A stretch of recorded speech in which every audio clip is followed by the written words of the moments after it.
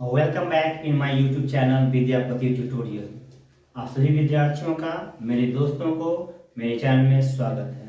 तो चलिए, हम लोग शुरू किए थे प्रीवियस जो वीडियो था आपका, वो बेसिकली था आपका कि how we can change any sentences into 4 ways, कि कैसे हम किसी वाक्य को 4 प्रकार से हम चेंज कर सकते हैं। और जो बेसिकली आपका पास्ट टाइम को लेके, प्रेजेंट टाइम को लेके और साथ ही साथ आपका फ्यूचर टाइम को लेकर था। आज का जो हमारा टॉपिक है वो टॉपिक आपका है sentence of assertion and negation. अब समझने की बात ये है, ये जो हमारा टॉपिक होता है कि sentence of assertion and negation, ये होता क्या है। तो समझिए, लिखा गया है हाँ या ना। हम जानते हैं कि बहुत सारे हमारे वाक्य ऐसे होते हैं जिसका आंसर हमको सिर्फ और सिर्फ हाँ या ना में देने के बाद भी क्लियर हो जाता है। समझे? जैसे बेसिकली अगर मैं आपको पूछूं कि आप कहाँ रहते हैं, आप बोलोगे हाँ, क्या ये कोई मीनिंग आ रहा है? नहीं है। या आपको हम बोलते हैं कि अगर आपको हम बोलते हैं कि आप कहाँ पढ़ते हैं, आप बोलिएगा नहीं या फिर ना, इसका कोई आंसर आ रहा है? मीनिंगलेस है। लेकिन आपको हम बोलेंगे कि क्या आप इंग्लिश पढ़ते हो, आप बोलते हो हाँ, इसका मतलब ये मीनिंग है कि हाँ आप इंग्लिश पढ़ते हो। या फिर आप बोलते हैं नहीं, इसका ये मीनिंग है कि हाँ आप इंग्लिश नहीं पढ़ते हो। जैसे क्या आप खुश हो, आप बोलोगे हाँ मैं खुश हूँ। या फिर क्या आप स्वस्थ हो, हाँ मैं स्वस्थ हूँ। यानी कि बेसिकली तौर पे ये समझिए कि वैसे सारे के सारे वाक्य, all the sentences which answer should be given in only one word, whether it is yes or whether it is no। वे सारे के सारे प्रश्न का उत्तर, जिनका उत्तर सिर्फ और सिर्फ एक शब्दों में, या तो हाँ या तो ना, इंग्लिश में यस और नो से दे सके, उसे हम लोग sentence of assertion and negation कहते हैं। फॉर एग्जाम्पल, तो समझने का प्रयास करते हैं कि ये क्या है। अगर आपको हम बोल रहे हैं क्या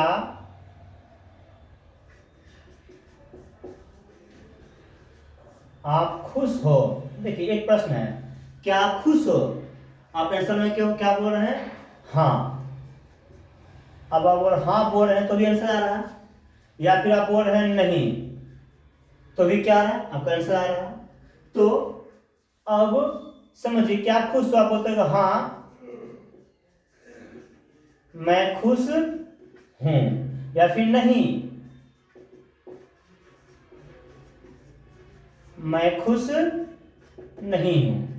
तो एक तो हम पूरा सेंटेंस में बोल रहे हैं कि हाँ मैं खुश हूं, या फिर नहीं मैं खुश नहीं हूं। यानी अगर आप इसको या तो वाक्य में बोलिए या तो आप सिंगल ए वर्ड में बोलिए तो भी ऐसे मीनिंग आ ही रहा। तो अगर हम बोल रहे हैं कि आप खुश हो, इंग्लिश क्या करते हैं?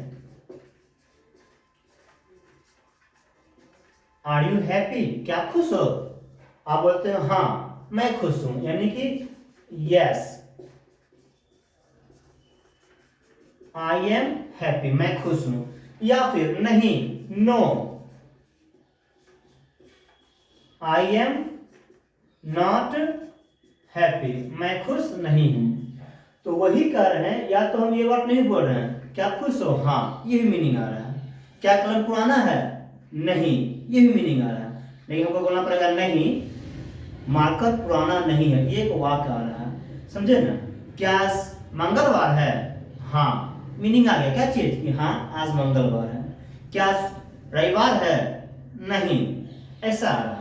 तो जब भी किसी प्रश्न का उत्तर सिर्फ और सिर्फ एक वर्ड हाँ या ना में दे सके, वहां पर हम लोग उसका इंग्लिश के लिए मात्र ओनली वन वर्ड यस और नो का प्रयोग करते हैं। यस मतलब असर्शन, असर्टिव सेंटेंस कि हाँ वो स्वीकार कर रहा है।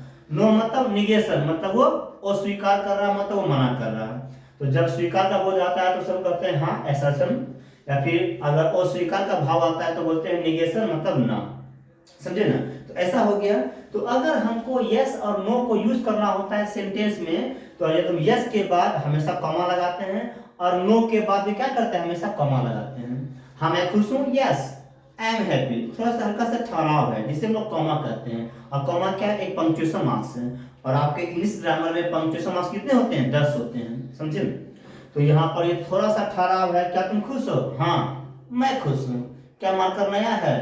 नहीं, मार्कर नया नहीं है। तो ये जो हाँ बोल रहे हैं ये आपका थोड़ा सा ठहराव है, कॉमा। इसके बाद फिर से पूरा वाक्य नहीं, मार्कर नया नहीं है, ये नहीं जो बोल रहे हैं ये हल्का सा कॉमा का ठहरा हुआ है, फिर ये आ रहा है। देखिए एक बात समझने की है कि यहाँ भी नहीं है और यहाँ भी नहीं है, यानी एक ही वाक्य में आपका डबल डबल नहीं आ रहा। तो फर्स्ट नहीं के लिए हम लोग क्या बोलते हैं, नो, और सेकेंड नहीं के लिए क्या बोलते हैं, नॉट। अब ये नो और नॉट होता है क्या, ये हमारा पार्ट्स ऑफ स्पीच है, समझे ना, और कहीं न कहीं हमारा एडवर्ब होता है। अगर हम आपको इंडिविजुअली जब टॉपिक एडवर्ब पढ़ाएंगे तो बताएंगे कि how it is used in a sentence, समझे, and what is the basic difference between no and not, कि दोनों में क्या अंतर होता है। बट आप सिंपली तौर पे ये समझो कि हम डेली भाषा में बोलते हैं कि खेलने चलोगे, नहीं, तो हम नहीं बोल दिए, इसका मतलब क्या रहा कि नहीं मैं खेलने नहीं जाऊंगा। खाना खा लिए, हाँ, इसका मतलब क्या रहा कि हाँ मैंने खाना खा लिया। तो हाँ जो बोल रहे यस आ रहा है, नहीं बोल रहे नहीं आ रहा। लेकिन हम जब इंग्लिश में लिखते हैं, because writing and speaking both are the different things, हम जो बोलते हैं और जो हम लिखते हैं दोनों ही डिफरेंट होता है। तो जब लिखने के दौरान अगर हम बात करते हैं तो लिखने के बाद यस के बाद भी कॉमा का प्रयोग करते हैं, और नहीं लिखते हैं तो भी क्या करते हैं, नहीं लिखते हैं। अब हम ये तो सिंपल वाक्य लिए थे आर को लेके, आपको लेके, जैसे में हम और वाक्य बोलते हैं कि क्या, अगर हम कुछ बोलते हैं कि कुछ भी वाक्य बोलते हैं कि क्या तुम्हारे हाथ में 5 उंगलियां हैं, क्या तुम्हारे हाथ में 6 उंगलियां हैं, are there 6 fingers in your hand, आप बोलोगे नो, आंसर आ गया।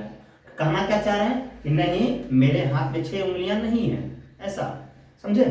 तो कुछ भी हाँ या ना रहेगा, आपको सिंपली तौर पे यस और नो का प्रयोग कर देना है। और जब भी आप इंग्लिश में यस और नो का प्रयोग करते हैं, आपको यस लिखने के बाद या फिर नो लिखने के बाद ये कॉमा का प्रयोग करना पड़ेगा। अगर आप नहीं करते हैं then you will be wrong, तब आप गलत हो जाओगे, समझे ना। तो सिंपली तौर पे अगर हम बात करते हैं, टॉपिक दिया गया sentence of assertion and negation, ये होता क्या है, तो यही है कि जब भी किसी वाक्य का प्रश्न का उत्तर हाँ में देना हो तो सेंटेंस ऑफ असर्शन, और ना में देना हो तो सेंटेंस ऑफ निगेशन, खत्म। ये टॉपिक इतना ही था। चलिए इससे हल्का सा आगे लेके हम चलते हैं। एक वाक्य है, वाक्य क्या होता है, मतलब ऐसा हम लोग यूज करते हैं कि ऐसे में होता है, होती है,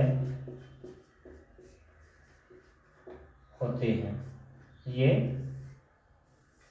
समझे, या फिर लगता है,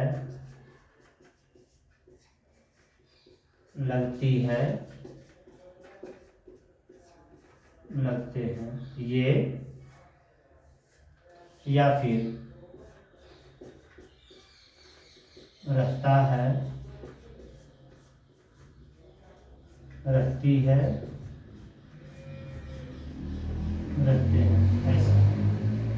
ये भी हमारा क्या बताता है, अगर किसी वाक्य में होता है, होती है, होते हैं, या फिर लगता है, लगती है, लगते हैं, या फिर रहता है, रहती है, रहते हैं, ऐसा होता है।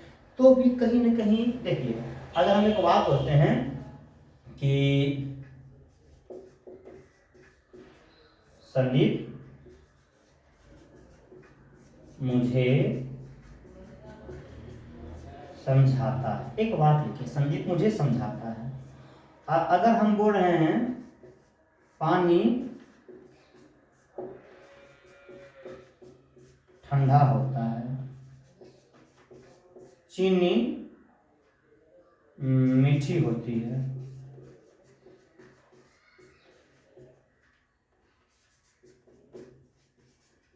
भोजन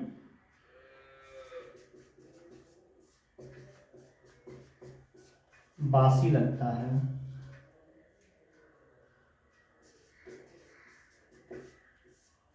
तलवार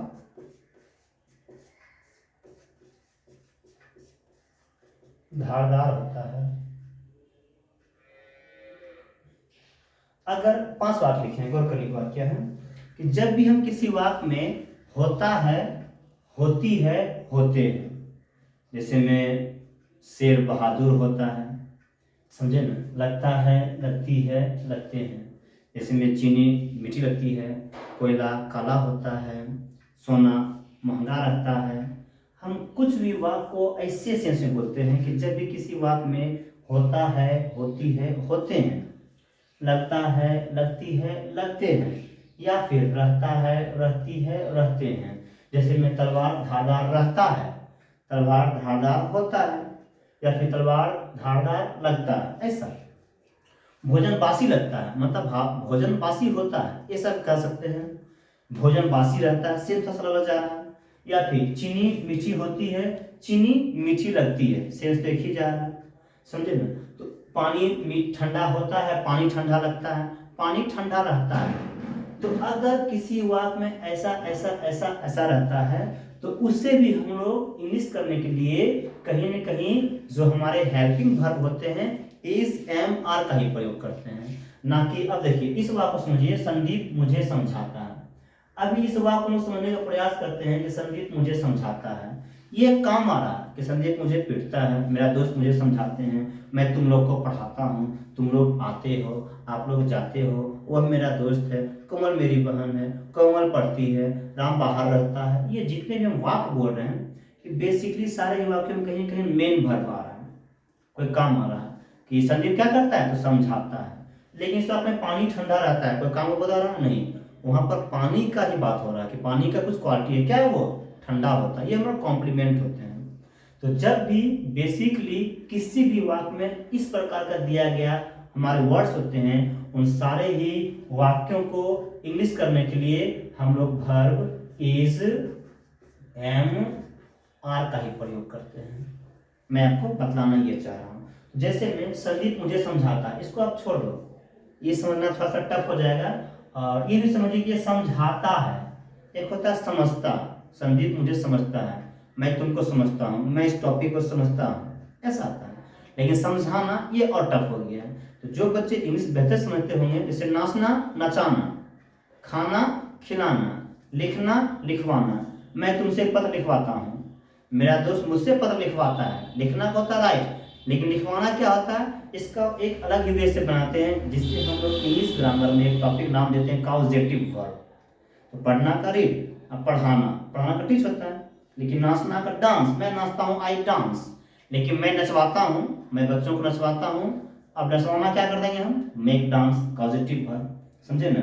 मैं गाना सुनता हूँ, सुनता हूँ क्या होता है हियर, सुनाना क्या बोल देंगे पता नहीं है।